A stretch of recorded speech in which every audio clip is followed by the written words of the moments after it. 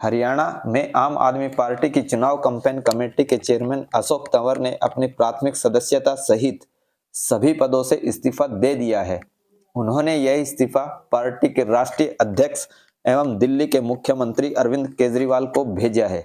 तंवर ने अपना इस्तीफे का कारण इंडिया गठबंधन में आप कांग्रेस का एक होने का कारण बताया है। 22 महीने पार्टी में रहने के बाद वीरवार को उन्होंने पार्टी को अलविदा कह दिया है। उन्होंने इस्तीफे की कॉपी अपने फेसबुक अकाउंट पर भी लगाई है।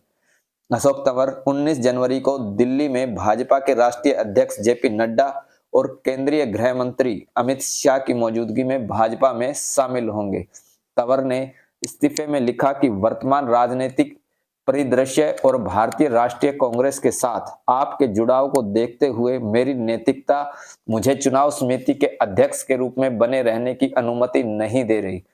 इसलिए कृपया आम आदमी पार्टी की प्राथमिक सदस्यता और अन्य सभी जिम्मेवारियों से मेरी इस्तीफा स्वीकार करें। इस देश के एक जिम्मेदार नागरिक के रूप में और छात्र जीवन से ही सक्रिय राजनीति में रहने के कारण मैंने हमेशा सबसे पहले हमारे संविधान, देश और इसके लोगों में विश्वास किया है। मैं हरियाणा प्रदेश और देशवासियों की भलाई के लिए काम करना जारी रखूंगा। राज्यसभा में नहीं भेजे जाने से नाराज थे तंवर। अशोक तंवर आम आदमी पार्टी की ओर से राज्यसभा में जाना चाहते थे। इसी महीने की 27 तारीख को पार्टी के 3 राज्यसभा सदस्यों का कार्यकाल समाप्त हो रहा है। इनमें हरियाणा से सुशील गुप्ता, दिल्ली से एनबी गुप्ता और उत्तर प्रदेश से संजय सिंह शामिल हैं। पार्टी के एनबी गुप्ता संजय सिंह को दोबारा राज्यसभा सांसद बनाने का फैसला लिया है। वहीं सुशील गुप्ता की जगह दिल्ली महिला की अध्यक्ष स्वाति मालीवाल को प्रत्याशी बनाया गया है। 9 जनवरी को नामांकन की अंतिम तारीख थी और 10 जनवरी को अशोक तंवर ने मुख्यमंत्री मनोहर लाल से दिल्ली में मुलाकात कर ली थी। तभी से उनके भाजपा में जाने की चर्चाएं चल रही थी। बता दें कि अशोक तंवर विद्यार्थी समय से ही कांग्रेस में थे। उन्होंने 1993 में मात्र 17 वर्ष की आयु में अपने राजनीतिक करियर की शुरुआत कर दी थी। 2003 में वो एनएसयूआई के अध्यक्ष बने थे और 2005 में भारतीय कांग्रेस युवा मोर्चा के राष्ट्रीय अध्यक्ष बने थे। 2005 से 2014 तक वो सिरसा लोकसभा सीट से सांसद रहे। 2014 में उनको हरियाणा कांग्रेस का प्रदेश अध्यक्ष बनाया गया था।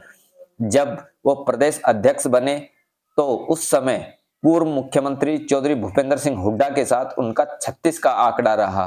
हुड्डा के कारण ही उन्होंने हरियाणा कांग्रेस का अध्यक्ष पद छोड़ना पड़ा। 2019 के हरियाणा विधानसभा चुनाव से पहले टिकट बंटवारे से नाराज होकर उन्होंने 5 नवंबर 2019 को कांग्रेस पार्टी की प्राथमिक सदस्यता से इस्तीफा दे दिया था। तंवर पहले टीएमसी और बाद में आप में हुए थे शामिल। कांग्रेस छोड़ने के बाद अशोक तंवर ने स्वयं का एक संगठन बनाया था, लेकिन उसमें वो कुछ खास नहीं कर पाए। इसके बाद वो पश्चिम बंगाल की मुख्यमंत्री ममता बनर्जी की पार्टी तृणमूल कांग्रेस में शामिल हो गए थे। साल भर में टीएमसी में रहने के बाद उससे भी उनका मोह भंग हो गया।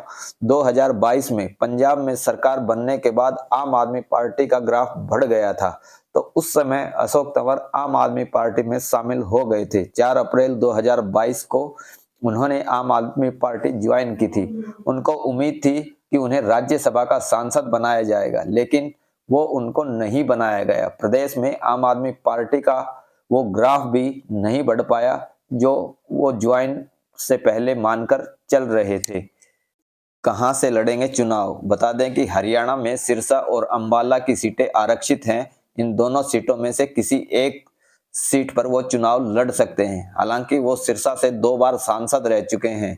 अंबाला की सीट कुछ महीनों से खाली है। इस सीट से केंद्रीय राज्य मंत्री रहे रतनलाल कटारिया का कुछ महीनों पहले ही देहांत हो गया था। इस वजह से यह सीट खाली पड़ी है। वो किस सीट से चुनाव लड़ेंगे यह पार्टी आलाकमान ही तय करेगा।